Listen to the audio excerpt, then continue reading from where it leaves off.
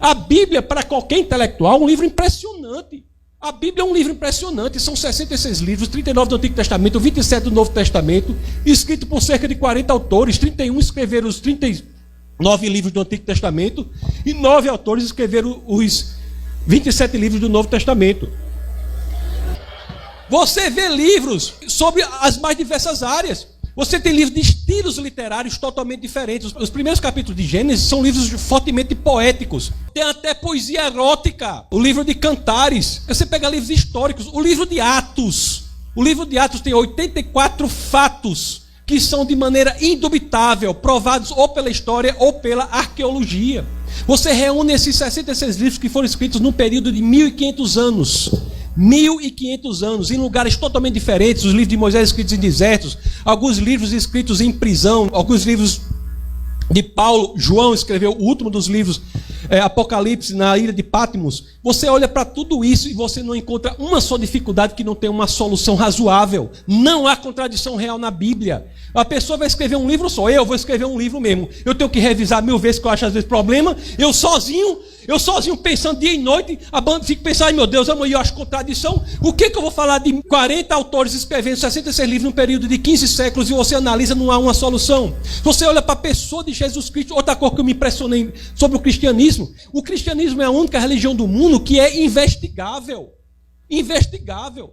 O que Paulo diz na 1 Coríntios capítulo 15, verso 14, é uma coisa impressionante. Paulo diz o seguinte: se Cristo não ressuscitou fisicamente, publicamente, isso tudo que a gente está falando aqui é vão. Isso é a frase em qualquer livro religioso mais corajosa que já existe. Porque ele está colocando todo o sistema de cristianismo com base num fato público que pode ser investigado historicamente. Você vai analisar a investigação histórica da ressurreição de Cristo. Eu posso falar aqui de análise textual, posso falar de vários argumentos a favor da ressurreição de Cristo. Inclusive tem até Gary Habermas, que dedicou a sua vida ao estudo das provas históricas da ressurreição de Cristo. Mas só para falar rapidamente, para terminar, que o rapaz ali fica levantando o papel. Mas ainda não chegou, não. Ei, segura esse menino aí. Segura esse menino. Só para falar rapidamente. Só para falar aqui. Não. Segura ele aí. Não. Mas vamos, segura aí. Isso é rápido. Um minuto. Mas só vou falar só isso para você falar que a gente aqui não está lidando com a ficção. A gente não está lidando com a brincadeira. Você olha que a ressurreição de Cristo é uma coisa impressionante, tem várias provas. Uma delas, eu estava até conversando com alguém aqui, não sei se era o almoço, estava conversando a mudança de testemunho dos apóstolos. Você olha que quando Jesus morre, quem eram os apóstolos? Era um povo frouxo. Ô povo frouxo, povo covarde. Quando Jesus morre, o que acontece? Pedro volta a pescar, tudo acaba, ninguém fala, aquele povo tudo frouxo. Morreu Jesus, todo com medo, não sei o quê. A experiência do Cristo ressuscitado, ressurrecto, juntamente com o que acontece em Atos 2. Se você pegar essa experiência, muda radicalmente a vida dessas pessoas. Como é que pessoas tão covardes, tão temerosas, se tornam pessoas tão corajosas, que se deixam torturar, perseguir, torturar e morrer, sem negar o fato histórico da ressurreição de Cristo. Todos os apóstolos de Cristo foram perseguidos, torturados e mortos, à exceção de João, que estava preso na ilha de Patmos, onde inclusive escreveu o Apocalipse. Todos os demais foram perseguidos, torturados e mortos sem negar. Por que teriam feito isso se isso não fosse a verdade? O que foi que ganharam com isso? Não há um só fato na história da humanidade que alguém tenha se deixado perseguir, torturar e morrer por algo que saberia que é mentira. Existem pessoas com forte viés ideológico que se deixam torturar e matar por algo que é mentira, mas eles acham que é verdade. A tese de que teriam espalhado a mentira de que Cristo tinha ressuscitado não se sustenta a uma análise mesmo comezinha da história. Então o que nós temos que dizer quando falamos ciência e religião não é uma coisa, eu acho que a ciência deve ser igual à religião. Eu estou dizendo o seguinte: quem não quer ser religioso, não seja, esqueça, mas seja científico honestamente falando. Você não tem como fugir disso. Cristo é a verdade. Eu estou terminando agora. Cristo é a verdade. Se você analisar, essa é a verdade. Se você analisar as duas palavras que a filosofia grega mais se debruçavam sobre. E a filosofia grega é algo importante, professor, porque qualquer outra filosofia que é feita da filosofia grega até agora não passa de notas de rodapé a filosofia grega. A filosofia grega se tinha duas palavras com as quais eles lidavam E eles pesquisavam, uma era a verdade, que em grego é aletheia.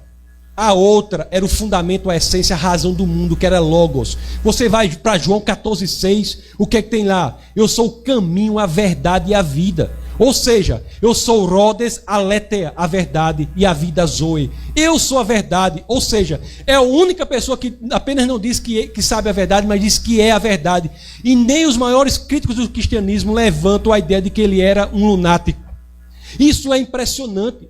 Você vai para João capítulo 1, combinado com João capítulo 1, verso 14. E aí você tem dizendo que ele é o Logos. São palavras que os intelectuais sabiam, conheciam. Não é qualquer palavra que qualquer pessoa não conhecia, não. Os filósofos, Parmênides, Heráclitos, qualquer pré-socrático, o próprio Platão, Aristóteles. Portanto, para terminar, essa história de ciência, ciência e fé, se quiser, abandona a ciência, abandona a fé, abandona o que você quiser. Agora vai estudar e seja honesto.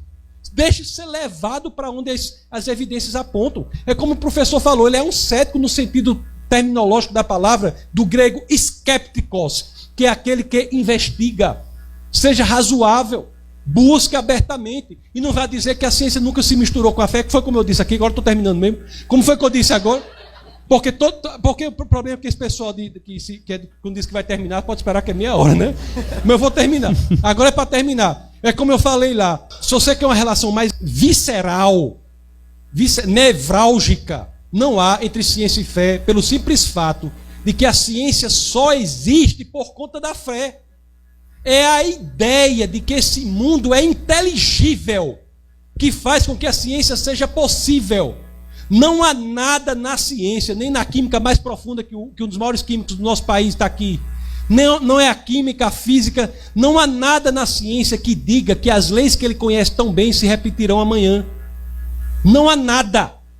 Nada na ciência diz que as leis que você conhece hoje se repetirão amanhã. É uma aposta para o ateu e uma assunção para o teísta de que o mundo é inteligível porque foi feito por uma pessoa inteligente.